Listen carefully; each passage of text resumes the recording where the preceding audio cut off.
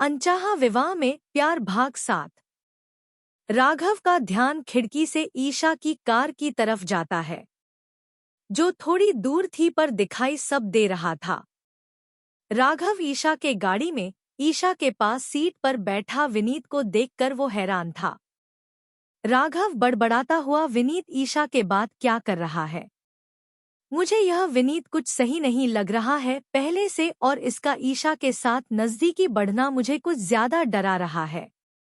राघव अपने मन ही मन सोचता हुआ ऋचा को फोन लगाता है। ऋचा ट्रैफिक जाम में गाड़ी रोकी हुई थी, इसलिए फोन उठाकर हाँ राघव कहिए। ऋचा तुम कहाँ हो? राघव हम ट्रैफिक जाम में फंसे हैं और विनीत को उसके घर दिखाकर हम घर ही आ रहे हैं। ऋचा सब सच बताती हुई कहती है। ईशा वो लड़का आज सुबह ही आया है, एक ही दिन में तुम उस पर इतना भरोसा मत करो ईशा। कहीं उसने तुम्हें किसी प्रकार की हानि पहुंचाने की कोशिश की तो? ईशा यह सुनकर राघव ऐसा कुछ नहीं होगा, हम घर आकर बात करते हैं। ईशा के पास विनीत बैठा, ऐसे इस तरह उसके सामने उसी की बात करना सही नहीं था, इसलिए ईशा ने एक बार बात टाली और फोन कट कर दिया। राघव गुस्से में, ईशा आप हमारी बात समझ क्यों नहीं रही है? अरे मुझे मेरे परिवार वालों से ही भरोसा उठ गया है आपके लिए और ज्योति के लिए, तो फिर इस अनजान व्यक्ति पर कैसे भरोसा कर लूं? ईशा ट्रैफिक जाम से कार को निकालकर एक बिल्डिंग के आगे गाड़ी रोकती है। फिर विनीत और ईशा दोनों उस बिल्डिंग में एक फ्लैट की तरफ चला आता है। विनीत आपके लिए यह फ्लैट वाला घर और आपकी ही बजट में है, तो कैसा लगा आपको घर? बहुत अच्छा है, विनीत फ्लैट में इधर उधर घूमता हुआ कहता है। ईशा का फोन बजता है। जिया का नंबर देखकर वो मन में, अरे यार बहुत देर हो रही है, जिया की डांट सुननी पड़ेगी। ईशा विनीत की तरफ देखकर, अच्छा अब हम चलते हैं, इतना कहकर जल्दी से वो वहां से भाग जाती है। ईशा बिल्डिंग से निकलकर अपनी कार में आकर बैठती है। जिया लगातार उसे फोन कर रही थी। ईशा जिया का फोन उठाकर उसके बोलने से पहले ही कह देती है, आ रही हूँ जिया, कुछ ही देर में पहुंच रही हूँ, इतना कहकर फोन रख देती है। जिया किचन में खड़ी बड़बड़ाती हुई, यह लड़की आज तक कभी भी समय पर नहीं पहुंची है, इसका हर बार का है। पहले कॉलेज सही समय पर नहीं पहुंची, अब पार्टी में। जिया को गुस्सा करते हुए देख अनीता जी उसके पास आकर, क्या हुआ?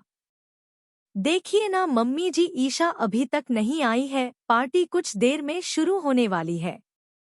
यह लड़की कभी भी समय पर नहीं पहुंची है, जिया शिकायत लहजे में कहती है। काम हो गया होगा उसे, कुछ तो फोन करके पूछना क्या बात है।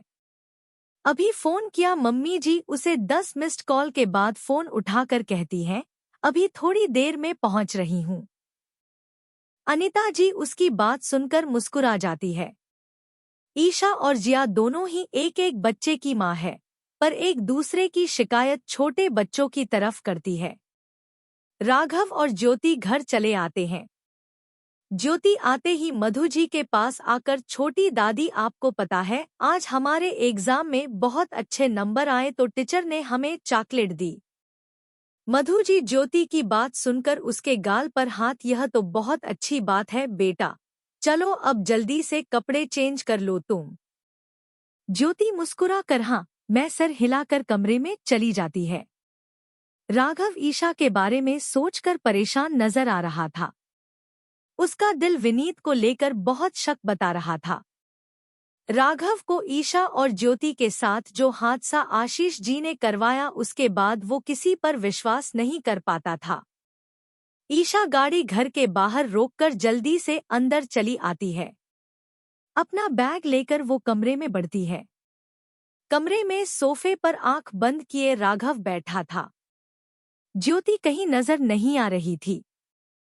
ईशा राघव की परेशानी को समझ सकती थी। वो उसके करीब बैठकर अपना सर राघव के सीने पर रखकर आंख बंद करके बैठ जाती है।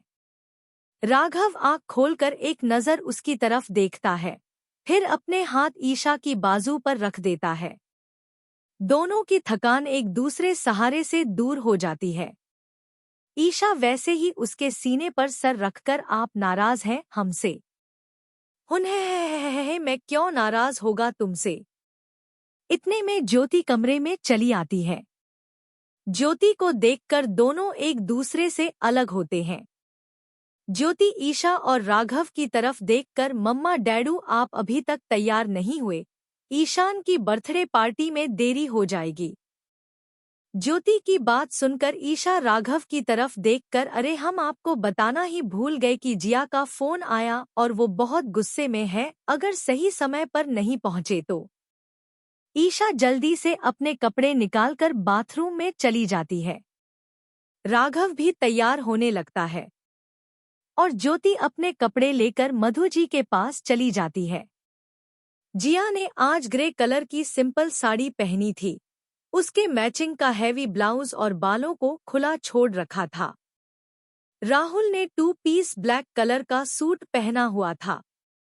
ईशा बाथरूम से निकल कर आती है। व्हाइट और ब्लैक कलर की स्टाइलिश साड़ी पहनी हुई थी। हाथ में मैचिंग चूड़ियां पहनी हुई थी। राघव ने व्हाइट कलर का 2 पीस सूट पहना हुआ था। ईशा आईने की तरफ आकर अपने बालों में कंघी करती है।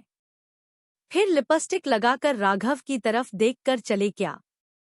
राघव उसकी तरफ एक नजर, फिर हाँ मैं सर हिला देता है। ईशा, राघव और ज्योति तीनों कार में बैठकर गोयल हाउस की तरफ निकल जाते हैं। अगले भाग में कैसा लगा आप सबको आज का भाग जरूर बताएं और मेरे चैनल को सब्सक्राइब जरूर करें। धन्यवाद।